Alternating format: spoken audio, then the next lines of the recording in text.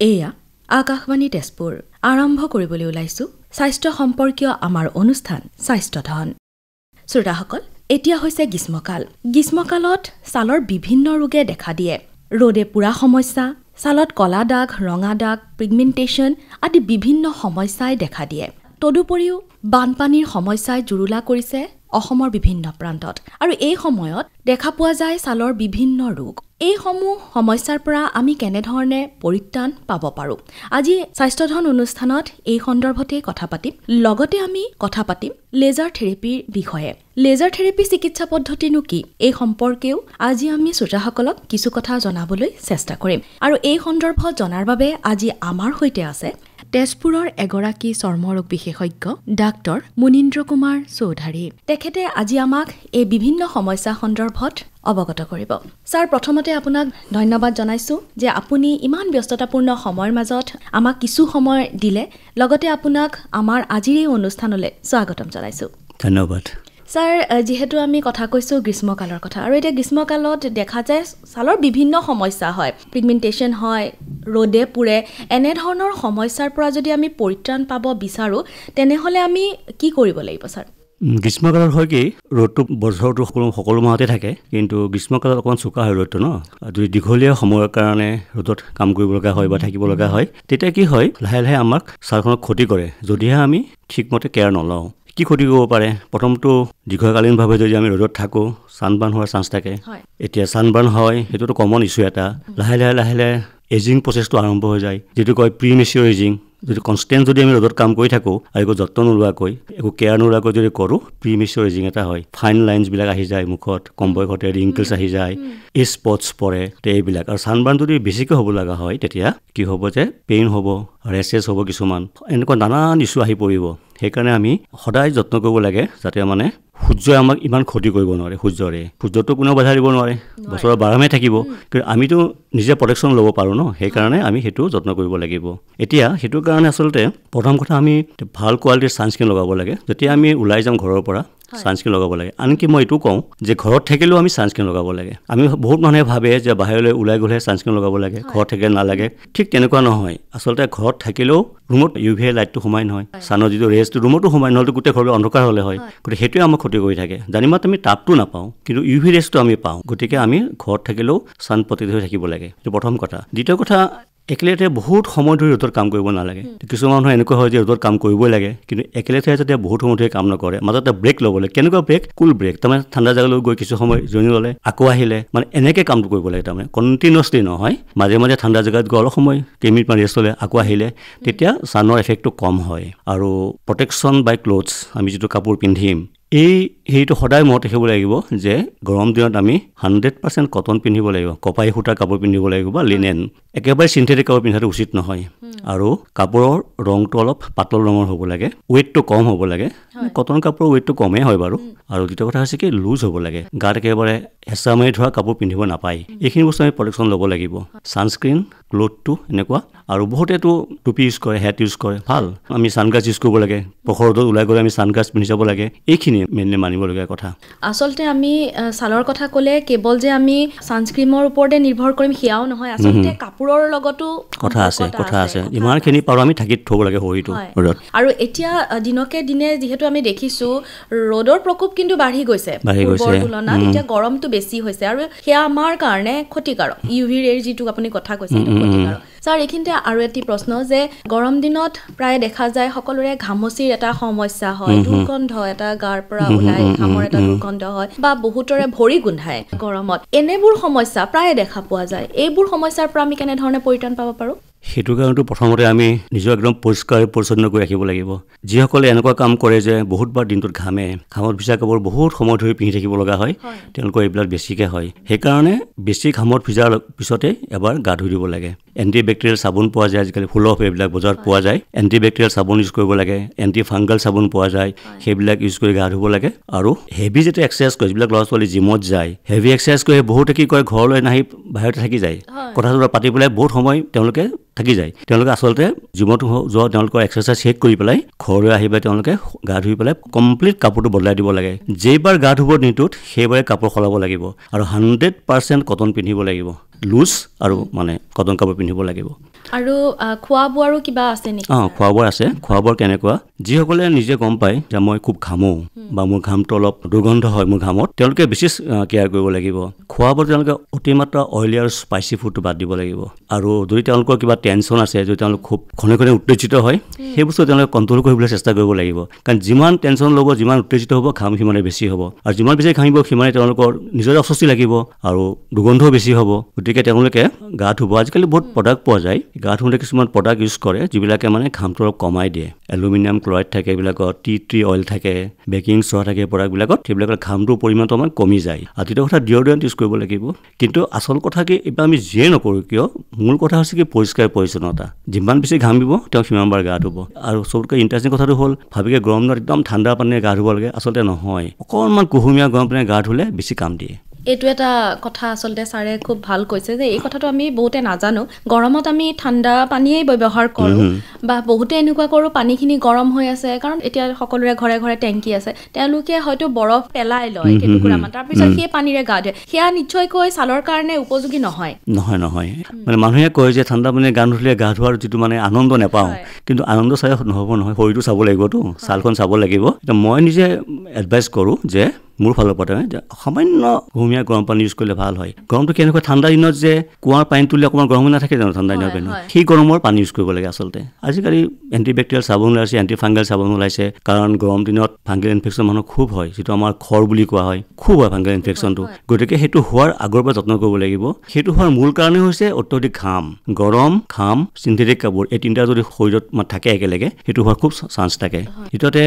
দোকানৰ পৰা কাপোৰ কিনি কেতিয়াও ডাইৰেক্ট পিন্ধিব নাপায় সদায় কাপোৰটো ধুই শুকুৱাই ইস্ত্ৰি কৰি পিন্ধিব লাগে বা ৰ'দত ভালকৈ শুকুৱাই পিন্ধিব লাগে দোকানৰ পৰা কিনি অনা কাপোৰতো এই ভেঁকুৰ জাতীয় বীজাণুটো খুব থাকে আমিতো চকুৰে নেদেখোঁ মাইক্ৰস্কপিক আমাৰনো মানে ঘৰৰ ওচৰতনো ভেঁকুৰ ক'ত হয় আমি দেখা পাওঁ য'ত বৰষুণ পৰি থাকে সৰু সৰু যে কাঠফুলাবিলাক হয় যে বেংচতাবিলাক হয় সেইবিলাকতো এক ধৰণৰ ভেঁকুৰ মেক্ৰস্কপিক চকুৰে দেখা আৰু মই যিটো ভেঁকুৰৰ কথা কৈছোঁ এইটো মাইক্ৰস্কপিক সেইটো কাপোৰত থাকে আমি দেখা নাপাওঁ দোকানৰ কাপোৰবিলাক বহুত দিনৰ পৰা জাপি জুপি থৈ দিয়া থাকে নহয় তাতে সেই জাপবিলাকত মানে ভাঁজবিলাকত ভেঁকুৰ জন্ম হয় আমি নেদেখোঁ মাইক্ৰস্কপিক ডাইৰেক্ট যদি আমি পিন্ধি দিওঁ চবে ভাবে ইমান চিকচিকাই থকা কাপোৰ গতিকে এই দুদিন পিন্ধি পেলাই একেবাৰে ধুই দিম আৰু ইতিমধ্যে যিটো বেয়া হ'ব লগা আছে হৈয়ে যায় হয় এইটো আচলতে কোনেও নাভাবে কাৰণ নতুন কাপোৰ এটা কিনি আনি সকলোৱে নতুনকৈ পিন্ধে তাৰপিছতে 2-3 দিন পিন্ধাৰ পিছত সেইটো ধুৱে কোনেও কিন্তু সেইটো নকৰে কিন্তু এটা সুন্দৰ উপদেশ আচলতে ছাৰে আমাৰ শ্ৰোতাসকলক দিছে যে নতুন কাপোৰৰ পৰাও আচলতে আমাৰ ছালৰ ৰোগ হ'ব পাৰে ছাৰ গ্ৰীষ্মকালীন কিছু সমস্যা দেখা পোৱা যায় শিশুৰ ক্ষেত্ৰত বিশেষকৈ দেখা পোৱা যায় শিশুৰ গাত সৰু সৰু ৰঙা কিছুমান দাগ হয় যিদৰে আপুনি কৈছে বহুতৰে খৰৰ সমস্যাও দেখা যায় আৰু সকলোৰে এনে কিছু সমস্যা দেখা পোৱা যায় তেওঁলোকৰ ক্ষেত্ৰত কেনেধৰণে আমি সাৱধানতা অৱলম্বন কৰিব লাগিব আচলতে এটা বয়সৰ পিছত জ্যেষ্ঠ নাগৰিকসকলো মোটামুটি শিশুৱে হৈ যায় তেওঁলোকৰ স্কিনৰ সেইটো কমি আহে নহয় যিটো ডেকাকালৰ যিখন স্কিন তাৰতো সেইটো কমি যায় ন গতিকে শিশু আৰু এনেকুৱা বয়স্ক মানুহৰ যত্নটো প্ৰায় একেই প্ৰথম গুৰুত্ব দিব লাগে মই যে ক'লো অলপ আগতে পিন্ধা কাপোৰ এইটো মানে প্ৰথম গুৰুত্ব দিব লাগে পাতল ৰঙৰ কাপোৰ 100% কপাহী কাপোৰ আৰু অলপ কমফৰ্টেবল কাপোৰো যাতে মানে কমফৰ্ট পাই পিন্ধি পেলাই এই আৰামদায়ক কাপোৰ যিটো কয় সেইটো এই কৰিব লাগে আৰু তীব্ৰ ৰ'দৰ পৰা আঁতৰি থাকিব লাগে এতিয়া শিশু হওক বা বেছি বয়স্ক মানুহ হওক তীব্ৰ ৰ'দত বহুত সময় ধৰি থাকিব নাপায় তেওঁলোকে এতিয়া শিশুসকল তেওঁলোকে খেলিবই কিন্তু তেওঁলোকক 10টাৰ পৰা 4টা বজাৰ ভিতৰত এই সময়কণত যিটো পিক আৱাৰ বুলি কোৱা হয় এইখিনি সময়ত তেওঁলোকক ঠাণ্ডা ঠাইত বা ছাঁ পৰা জেগাত খেলিব দিব লাগে এনেকৈ উন্মুক্ত ৰ'দত বহুত সময় ধৰি খেলিব দিব নালাগে মাক দেউতাকে এইটো খবৰ ৰাখিব লাগিব অলপমান নজৰ ৰাখিব লাগিব ঠিক বয়স্ক লোকসকল তেনেকুৱাই কথা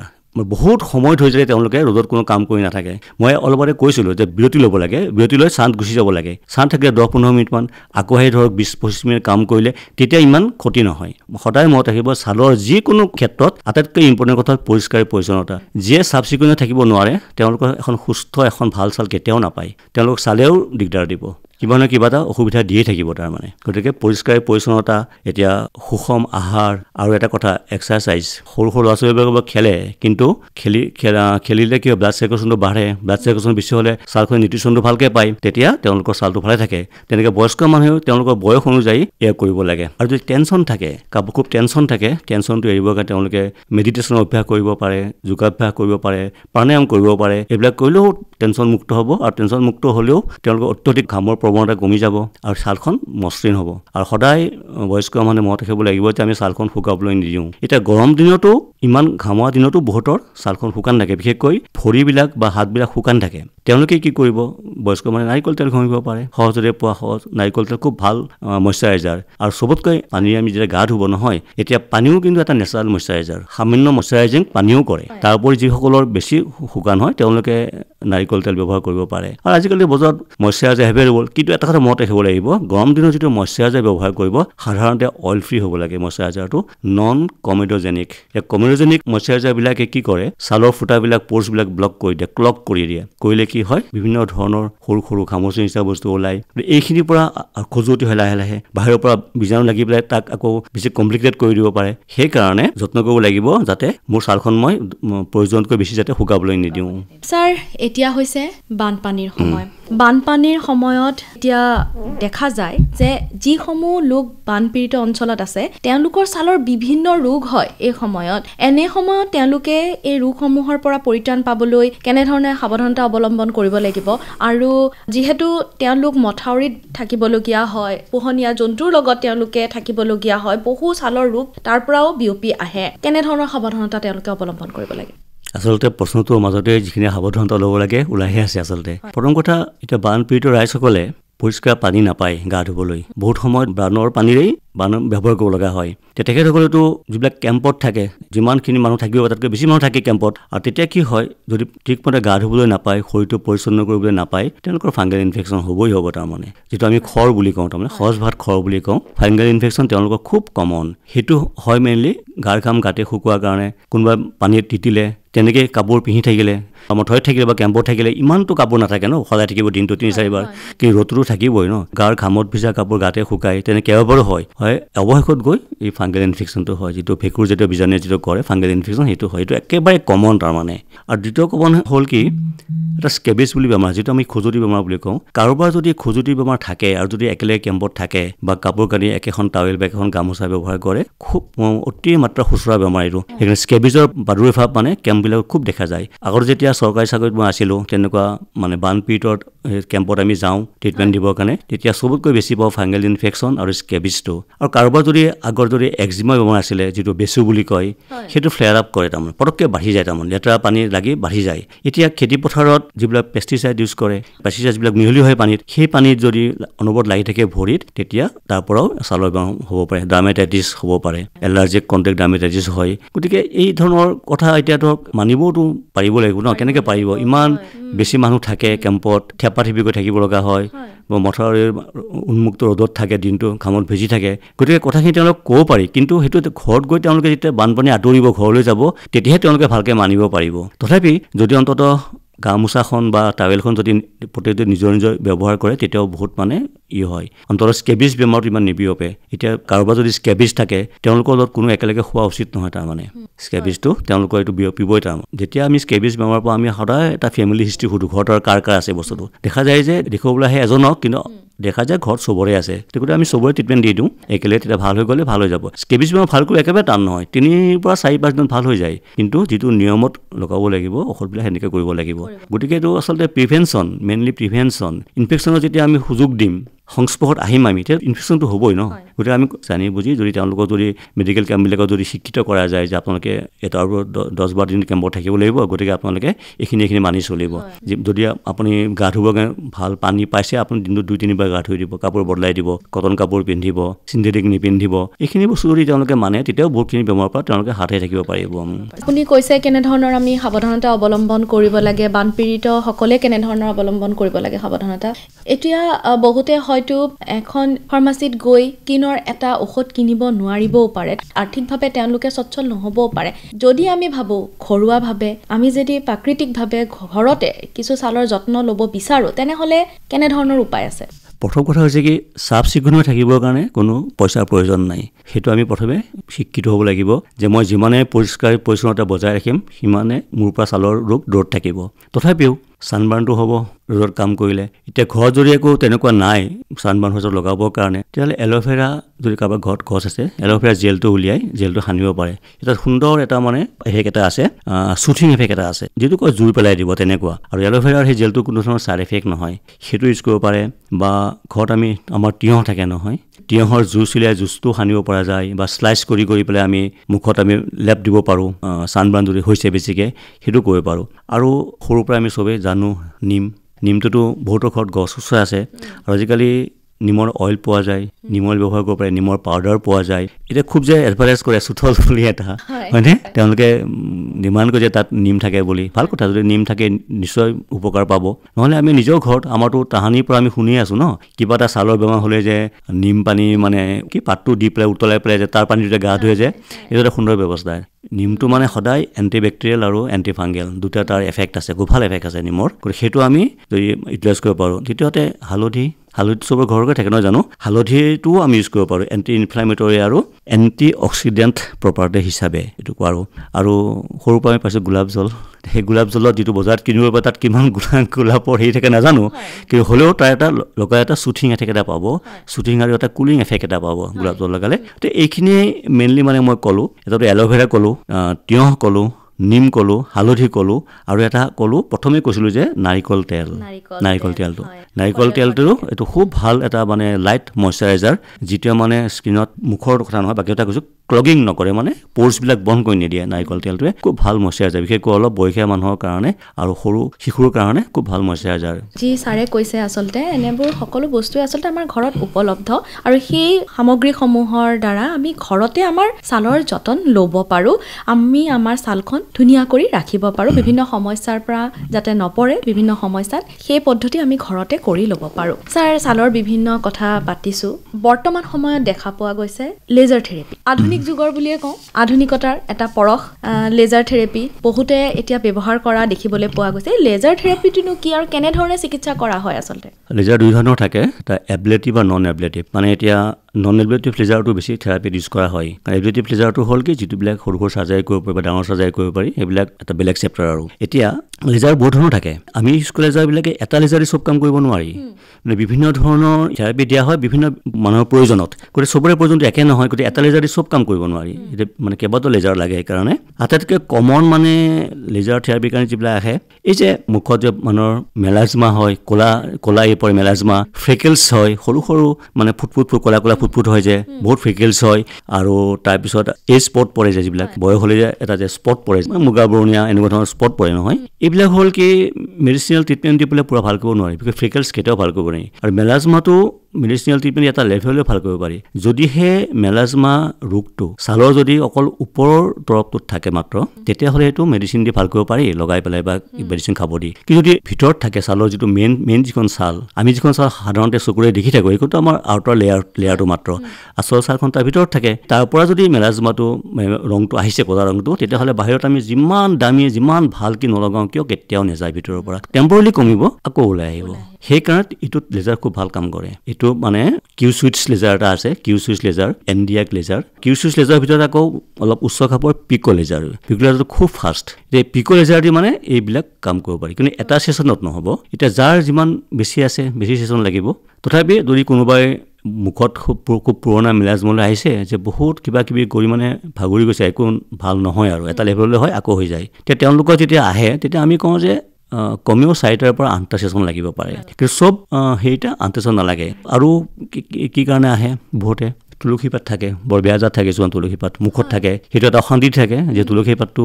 জন্মগত বস্তু নাযাব, সঁচাই নগৈছিলে আগতে, কিন্তু লেজাৰ ওলোৱাৰ পৰা সেইটো এই মানে কিউ চুইটছ পিক' লেজাৰ দি সেইটো মানে গুচাব পাৰি। খালি ছেশ্যন লৈ কথা, কাৰ কিমান বেছি আছে সেইটো লৈ ছেশ্যনটো লাগিব। তাৰপিছত আৰু এটা সমস্যা থাকে, এই তাহানিতে শালমন ওলাল যৌৱন কালত,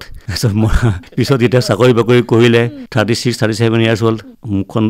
গাত বৈ থাকিলে, এতিয়া মানুহে যেতিয়া তেওঁলোকে নিজে চিকিৎসা কৰিব পৰা নিজৰ সামৰ্থ্য আছে, তেওঁলোকে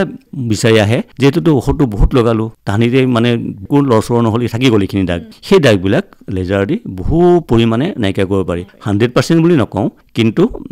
দাগ লৈ ধৰক 70 to 95% যায় আৰু এটা কথা হয় যে বয়স সন্ধিত যে মানুহৰ ষ্ট্ৰেছ মাৰ্ক পৰে খপকৈ ল'ৰা এটা বা ছোৱালী এজনী যে ওখ হৈ যাব শকত হৈ যায় এই যে ফাটি পৰা চিনবিলাক যে ষ্ট্ৰেছ মাৰ্ক তাতো কোনো ট্ৰিটমেণ্ট নাছিলে সেই ট্ৰিটমেণ্টটো এতিয়া লেজাৰ দি কৰিব পৰা হৈছোঁ খালি যাৰ যিমান বেছি থাকে সিমান বেছি ছেছন লাগিব আৰু ধৈৰ্য লাগিব মানুহে যিটো ভাবে যে মই লেজাৰ কৰিছোঁ মই এবাৰ বা দুবাৰ কৰিলে মই একেবাৰে চব ভাল সৰ্বাংগ সুন্দৰ হৈ যাম সেইটো নহয় ধৈৰ্য লাগিব বস্তুটো চবৰ এটা হেৰি থাকে নহয় এটা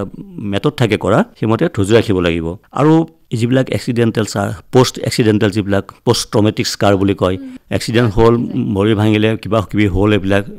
বহুত বেয়াকৈ লেজাৰতে উন হ'ল চব ভাল হৈ গ'ল এটা সময়ত থপ হৈ গ'ল দাগবিলাক থাকি গ'ল সেই দাগবিলাকো লেজাৰে উঠাব পাৰি চবতকৈ বেছিকৈ পাওঁ এই শালমনৰ দাগবিলাক এক্সিডেণ্টৰ দাগবিলাক তাৰপিছত চিকেন পক্সৰ স্কাৰবিলাক থাকি যায় যে সেইবিলাক ভাল কৰিব পাৰি আৰু যিবিলাক ফাইন লাইনৰ ৰিংকুল পৰে সাংঘাতিক ভাল কাম কৰে লেজাৰ তাৰমানে সেই বস্তুটোৰ কোনো পাৰ্মানেণ্ট হেৰি নাছিলে আগতে এতিয়া মানে এইটো লেজাৰ দি পেলাই বহুতখিনি ভাল কৰিব পাৰি তাৰপিছত আৰু এটা খুব আজিকালি বিচাৰে আনৱান্টেড হেয়াৰ ৰিমুভেল কিছুমানৰ থাকে বহুত নোম থাকে মুখত বা বহুত ছোৱালীয়ে দেখিছোঁ যে মানে ওঠৰ ওপৰত নোমটো এনেকুৱা ডাঙৰ যেন তেওঁলোকৰ মুচে গজিব এতিয়া তেনেকুৱা লাগে নহয় সেইবিলাকতো কোনো ঔষধ লগাই ভাল কৰিব নোৱাৰে ন পাৰ্মানেণ্টলি এতিয়া সেইটো লেজাৰ দি মানে সেইটো ডায়ড লেজাৰ বুলি কয় ডায়ড লেজাৰ এটা IPL এটা আছে এই দুটা মেচিনেৰে এইটো প্ৰায় 90% ভাল কৰিব পাৰি ছেছন নিৰ্ভৰশীল ছেছন লাগিব কেইবাটাও এইটো লাগিব আচলতে বৈজ্ঞানিক পদ্ধতি এতিয়া ইমান আগবাঢ়ি গৈছে যে আমি এইসমূহ সমস্যা এতিয়া লেজাৰ থেৰাপিয়ে হওক বা অন্য থেৰাপিয়ে হওক এতিয়া আমি সমস্যাসমূহ মানে আগতকৈ সুবিধা হৈছে আৰু কৰিবলৈ আৰু চবতকৈ এটা ইম্পৰ্টেণ্ট আটাইতকৈ বেছি কোন আহে লেজাৰ থেৰাপি কৰাবলৈ ফেচ ৰিজুভিনেশ্যন যে ফেচখন মোৰ ডাল হৈ গৈছে মোৰ কম বয়সতে মোৰ বয়সীয়া মানুহ যেন লগা হৈছে এইসকলৰ যাৰ চিন্তা আছে নহয় এতিয়া লেজাৰ দি মানে খুব সুন্দৰভাৱে ভাল কৰিব পাৰে তাৰমানে ইনষ্টেণ্ট গ্ল' ছাপ'জ ছোৱালী এজনী বিয়া 4 দিন পিছত বিয়া তেওঁ যদি 4 দিন আগত যদি তেওঁ কাৰ্বন লেজাৰ ফেচিয়েলটো কৰি লয় যিটো কোৱা হয় হলিউড ফেচিয়েল সেইটো হলিউড ফেচিয়েল কিয় কোৱা হয় মানে হলিউডৰ এক্টৰ এক্ট্ৰেছবিলাকৰ খুব প্ৰিয় ইনষ্টেণ্ট যে গ্ল' আহে যে তেওঁলোকে মেকআপ কৰে মেকআপে বহুত ক্ষতি কৰেতো স্কিনৰ গতিকে তেওঁলোকে মানে এইটো বিচাৰে সেইকাৰণে নামটোৱে হৈ গ'ল হলিউড ফেচিয়েল আচলতে carbon laser peeling and laser toning দুটা মিলি পেলাই কাৰ্বন লেজাৰ ফেচিয়েল বুলি কোৱা হয় ফেচ ৰিজুভিনেশ্যনত খুব ভাল কাম কৰে মানে হেৰাই যোৱা গ্ল' আহি যায় মানে ধৰক কোনোবাই যদি ভাবে যে মই 12 মাহত মই 12টা লেজাৰ কৰিম 3-4 বছৰমান তেওঁ মানে বিশেষ একো নকৰিলেও হ'ব মানে জাষ্ট মইশ্চাৰাইজাৰ ছানস্ক্ৰীন এইখিনি ইউজ কৰি থাকিলেও হ'ব আৰু বয়স তেওঁৰ ডেফিনেটলি 7 পৰা 10 বছৰ কমি যাব তেওঁ স্কিনৰ বয়স তাৰমানে মানুহজনৰ বয়স কথা স্কিনৰ বয়স এইটো খুব ডিমাণ্ড আৰু আটাইতকৈ ইম্পৰ্টেণ্ট কথা বগা বেমাৰটো ভিটিলিগো বুলি যিটো কয় ভিটিলিগো এতিয়া আনকি ভিটিলিগো বেমাৰো ভাল কৰিবৰ কাৰণেও লেজাৰ ওলাইছে এক্সাইমাৰ লেজাৰ বুলি লেজাৰ এটা ওলাইছে এতিয়া সেই লেজাৰটোৱে বহুখিনি পৰিমাণে ভিটিলিগোত মানে সহায় হৈছে এইটোতো ক'ব নোৱাৰি কাৰণ ভিটিলিগোটো ইমিউনিটিৰ বেমাৰ এইটো ক'ব নোৱাৰি যে এক্সাইমাৰ লেজাৰ ব্যৱহাৰ কৰিলে গোটেইখিনি ভাল হৈ যাব বগা দাগ কিন্তু যে কমতে আহিব আৰম্ভণিতে আহিব তেওঁলোকৰ প্ৰায় নাইকিয়া হৈ যায় লগতো মেডিচিনেল ট্ৰিটমেণ্ট চলিবই এইটো এটা ওপৰাকৈ তাৰমানে দিব পৰা গৈছে গতিকে এইখিনি মানে লেজাৰ এটা আশীৰ্বাদ মানে এইটো বিজ্ঞানৰ এটা নৱতম মানে আশীৰ্বাদ বুলি ক'ব পাৰি মানৱ সমাজলৈ কিন্তু কিছুমানে কয় যে লেজাৰ কেঞ্চাৰ কৰে নেকি এইটোতো খুব এটা কমন প্ৰশ্ন আমাৰ মানুহৰ এটা সাধাৰণ প্ৰশ্ন জানো সোধে যে বেছিকৈ লেজাৰ কৰি থাকিলে মোৰ কেঞ্চাৰ হ'ব পাৰে নেকি এইটো একেবাৰে এটা ভুল ধাৰণা একেবাৰেই নহয় তাৰমানে লেজাৰ ৰশ্মিয়ে কেতিয়াও কেঞ্চাৰৰ সৃষ্টি কৰিব নোৱাৰে আৰু লেজাৰটো কৰিলেই নহ'ব লেজাৰ কৰাৰ পিছত আমি যিখিনি পোষ্ট কেয়াৰ দিম সেইখিনি আখৰে মানিব লাগিব সেইখিনি যদি নামানে নহয় তেতিয়া মানে যিমানখিনি পাব লাগিছিলে ফলাফল নাপায় আৰু ব্যস্ততাপূৰ্ণ জীৱনত মানুহে তাৰমানে এই বস্তুটো প্ৰায়ে মানে ইগনোৰ কৰে আচলতে ভাবে কি মই ছানস্ক্ৰীন লগাইছোঁ মইশ্চাৰাইজাৰ লগাইছোঁ গতিকে মই তৎক্ষণাত ওলাই যাব পাৰিম এইটো নহয় আচলতে কিছুমান প্ৰচিডিউৰ থাকে যিবিলাক প্ৰচিডিউৰ এটা ডাউন টাইম থাকে ডাউন টাইম মানে কি প্ৰচিডিউৰটো কৰাৰ পিছত নৰ্মেল চিচন অহালৈকে যিটো সময় ডাউন টাইম বুলি কয় সেই ডাউন টাইমটো বেলেগ প্ৰচিডিউৰ বেলেগ হয় এতিয়া ক'ৰবাত যদি ডাউন টাইমটো এনেকুৱা যে ডাক্তৰে কৈছে যে এইটো 7 days ঘৰত থাকিব লাগিব তেওঁ থাকিব লাগিব যদি চাকৰি কৰা মানুহে তেওঁ আগতে ছুটি লৈ সেই বস্তুটো তেওঁ বন্দবস্ত কৰিহে কৰিব লাগিব এতিয়া মই 7 দিন থাকিব দিছোঁ ডাউন টাইমত তেওঁ নাথাকে 3 দিনৰ পিছত তেওঁ জইন কৰি দিলে কাহাৰ ৰ'দত ওলাই গ'ল আমি যিমানেই ছানস্ক্ৰীন নাখানোকৈ 100%টো কেতিয়াও সূৰ্যৰ পৰা বাচিব নোৱাৰোঁ ন সেইটা যিমানখিনি পাৰি সেইটা প্ৰটেকশ্যন দিব কিন্তু 100%টো বাচিব নোৱাৰে ন এতিয়া এই কথাবিলাক নামানিলে লেজাৰৰ আচল সুফলটো নাপাব তাৰমানে থেৰাপিটো কৰিলেই নহ'ব তাৰ পাছত যিখিনি আমি পোষ্ট কেয়াৰটো বিৰাট দৰকাৰী তাৰমানে ল'ব লাগিব স্যাৰ খৰচৰ কথা যদি আমি কওঁ খৰচটো হয় আচলতে কোনে কি ল'বতো কোনো ধৰা বন্ধা নিয়ম নাই ন সাধাৰণ যিবিলাক হেৰি আছে কোনোবাই ধৰক ফেচ ৰিজুভিনেশ্যন কৰিছে লেজাৰ থেৰাপি কৰিছে তাৰমানে ৰিজুভিনেশ্যন কেইবাটাও মেচিনতে কৰা যায় কোনোবাই কাৰ্বন লেজাৰ ফেচিয়েল কৰে এইটো ধৰক তাৰ লগত যদি তেওঁৰ মেলাজমা থাকে যদি লেজাৰ ফেচিয়েল মানে তেওঁ কৰিবলৈ গৈছে কিন্তু লগত দেখিছে যে মেলাজমাও আছে তাৰমানে ক'লা দাগো আছে গালত সেইটো ট্ৰিটমেণ্ট কৰিব লগা হৈছে লেজাৰে কৰিব পাৰিতো একেলগে কৰিব পাৰি এতিয়া ধৰক কেনেকুৱা হ'ব ৩,৫০০ পৰা ৪,৫০০ ভিতৰত ৰেঞ্জটো ক'লোঁ মই সেইটো আৰু যদি ধৰক এতিয়া এটা আছে কাৰ্বন ডাই অক্সাইড লেজাৰ সেইটোৱে স্কিন মানে ডক্টৰসকলক সেইটো বিৰাট লাগে এই যে চকুৰ ওপৰত বগা দাগ পৰে যিটো কলেষ্ট্ৰল ডিপজিট হোৱা বুলি কয় জেণ্টেলেষ্মা আচলতে সেইটো লেজাৰ দি ধুনীয়াকৈ উঠাব পাৰি যিটো আমি এনাষ্টেচিয়া দিব লাগিব আমি এনাষ্টেচিয়া মলম লগাই পেলাই আধা ঘণ্টাৰ পিছত এইটো ধুনীয়াকৈ উঠাই দিব পাৰোঁ সেইবিলাক কম পৰে যিটো কাৰ কিমান আছে দাগটো সেইটো ডিপেণ্ড কৰিব লেজাৰ ট্ৰিটমেণ্ট তেওঁ কি কৰিছে তাৰ ওপৰত ভিত্তি কৰি মই কি কৰিছোঁ আচলতে মূল্যটো হয় বেলেগ বেলেগ বস্তুত বেলেগ বেলেগ মূল্য হয় এটা কথা মই ক'ব পাৰোঁ এই যিটো মেলাজমাটো দাগ ধৰক 4টা ছেশ্যন কৰিলে দাগটো বহুত কমিল কিন্তু সেই 4টা যিখিনি দাগ কমিল 4টা ছেশ্যনত অকল যদি ঔষধ লগাই আৰু খাই ভাল কৰিবলৈ যায় তাতকৈ বহুত বেছি খৰচা হ'ব তাকো আকৌ সম্পূৰ্ণকৈ ভাল নহয় আকৌ সি ৰিলাপ্স কৰিব কিয়নো তলখিনি ভাল হোৱা নাই নহয় স্কিনৰ আপাৰ লেয়াৰতহে আমি ঔষধবিলাক ঘঁহিলোঁ ভিতৰৰ লেয়াৰটো যিটো মেইন স্কিন ডাৰ্মিছ বুলি কয় ওপৰটো এপিডাৰ্মিছ ভিতৰত ডাৰ্মিছৰ যেতিয়া দাগটো থাকিব বাহিৰত আমি যিমান দামী মলম নলগাওঁ কিয় এই ডাৰ্মিছলৈ গৈ নাপায় কিন্তু লেজাৰটো এটা যিহেতু ৰশ্মি সি ভিতৰলৈ সোমাই যাব পাৰে ভিতৰত যিবিলাক ক'লা ৰং দিয়া চেলছ থাকে ডাইৰেক্ট এটেক কৰে সেই চেলছবিলাকৰ ক'লা ৰং দিয়া চেলছবিলাকে মাৰি পেলায় তেতিয়া লাহে লাহে ভাল হৈ আহে গতিকে এই বস্তুটো কেতিয়াও মলম লগাই নাপায় মানুহে যেতিয়া বুজিব জানিব তেতিয়া নিজে আহিব কৰিবলৈ এতিয়া আধুনিক যুগ আৰু সময় সলনি হৈছে এতিয়া ট্ৰিটমেণ্টটো লাহে লাহে সকলো ৰোগৰে আচলতে সলনি হৈছে ছাৰ বহু কথা পাতিলোঁ আপোনাৰ সৈতে শেষত আপুনি আমাৰ শ্ৰোতাসকলক কি ক'ব বিচাৰিব শ্ৰোতাসকলক মই এইটোৱে ক'ব বিচাৰোঁ যে সুন্দৰ ছাল এখন পাবলৈ হ'লে এটা সুন্দৰ স্বাস্থ্য লাগিব এটা সুন্দৰ মন লাগিব আৰু নিজকো ভাল পাব লাগিব মই কাৰোবাৰ কাৰণে ধুনীয়া হৈছোতো নহয় ৰাতিপুৱা উঠি মুখ হাত ধুই আহি পেলাই তেতিয়া আইনাখনৰ সন্মুখত থিয় হৈ পেলাই চুলি আঁচুৰিব নিজৰ মুখখন চাব মনটো ভাল লাগিব গোটেই দিনটোৰ কাৰণে সি এটা ধনাত্মক এটা চিন্তা দিব সেইটো কৰিবৰ কাৰণে তেওঁ অলপমান ছেক্ৰিফাইচ কৰিব লাগিব নিজক বেছি ভাল পাব লাগিব কি কাৰণে ভাল পাব লাগিব স্কিনখন যত্ন কৰিব লাগিব নহয় নিজক ভাল নোপোৱা মানুহে যত্ন নকৰে বহুত মানুহ দেখিছোঁ বহুত টকা পইচা আছে কিন্তু একেবাৰে যত্ন নাই অকালতে বৃদ্ধ হৈ গৈছে তেওঁলোকৰ কোনো যত্ন নাই তাৰমানে তেওঁলোকে চবখিনি কৰিব পাৰিলে হয় কিন্তু ধনটো আছে মনটো নাই নিজক ধুনীয়াকৈ ৰাখিবৰ কাৰণে মানুহক এটা মন লাগিব আৰু সদায় সুস্থ পজিটিভ চিন্তা কৰিব লাগে ধনাত্মক চিন্তা কৰিব লাগে আৰু সুষম আহাৰ খাব লাগিব সকলো বয়সৰ কাৰণে এক্সাৰচাইজ মাষ্ট বয়স অনুযায়ী যদি এক্সাৰচাইজ নকৰে একো কৰিব সময় নাই ফ্ৰী হেণ্ডটো 15 মিনিট কৰিব পাৰে ন এতিয়া 50 বছৰৰ ওপৰৰ লোকৰ কাৰণে সপ্তাহটোত যদি 5 দিন 30 মিনিটকৈ এক্সাৰচাইজ কৰে 150 মিনিট এক্সাৰচাইজো যথেষ্ট যিসকলে যোগাভ্যাস কৰে প্ৰাণায়াম কৰে খুব ভাল মানে মইতো সদায় এনকাৰেজ কৰোঁ মই মোৰ পেচেণ্টক কওঁ যে আপোনালোকে অকল এই মই লিখি দিয়া ঔষধ খোৱা আৰু লগোৱা ঔষধৰ ওপৰত হেৰি নকৰিব আপোনালোকে যোগ আৰম্ভ কৰক প্ৰাণায়াম কৰক বহুত ভাল ৰিজাল্ট পাব মানে একেলগে কৰক আৰু পৰিষ্কাৰ পৰিচ্ছন্নতা মই প্ৰথমেও কৈছোঁ নহয় সেইটো সদায় মেইনটেইন কৰিব লাগিব নহ'লে অপৰিষ্কাৰ এটা শৰীৰত ছালখন কেতিয়াও ভাল নহয় কিবা এটা আহি থাকিব কিবা এটা ৰোগ ছালৰ ৰোগ হৈ থাকিব তাৰমানে গতিকে সুষম আহাৰ সুস্বাস্থ্য এটা সুন্দৰ মন আৰু নিজক ভাল পোৱাৰ যিটো মন সেইটো সদায় লাগিব ছাল এখন ভালকৈ ৰাখিবৰ কাৰণে মই সেইটোৱে ক'লোঁ আৰু শ্ৰোতাসকলক লাষ্টত ছাৰ এটা খুব সুন্দৰ কথা কৈছে নিজক ভাল পাবলৈ শিকক নিজক ভাল পাবলৈ শিকিলে কেৱল ছালখনেই নহয় আপোনাৰ শৰীৰটো সুস্থ হৈ থাকিব ছাৰ অশেষ ধন্যবাদ আপুনি আজি আমাৰ এই অনুষ্ঠানলৈ আহিলে আৰু আমাৰ শ্ৰোতাসকলক ইমান সুন্দৰ পৰামৰ্শ আগবঢ়ালে আপোনাকো ধন্যবাদ দিছোঁ আৰু আকাশবাণী তেজপুৰৰ সকলো কৰ্মকৰ্তাক মই মোৰ ফালৰ পৰা মোৰ আন্তৰিক আৰু হিয়া ভৰা শুভেচ্ছা জনাইছোঁ আৰু আগলৈও কেতিয়াবা অহাৰ আশা ৰাখিলোঁ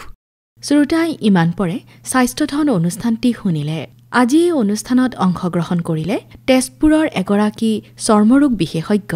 ডাক্তৰ মুনীন্দ্ৰ কুমাৰ চৌধাৰীয়ে অনুষ্ঠানটি আদধৰি সম্পাদনা কৰিলে ৰূপলী বৰাই প্ৰযোজনা অনুষ্ঠান মুৰব্বী ৰূপান্ত কুমাৰ দাসৰ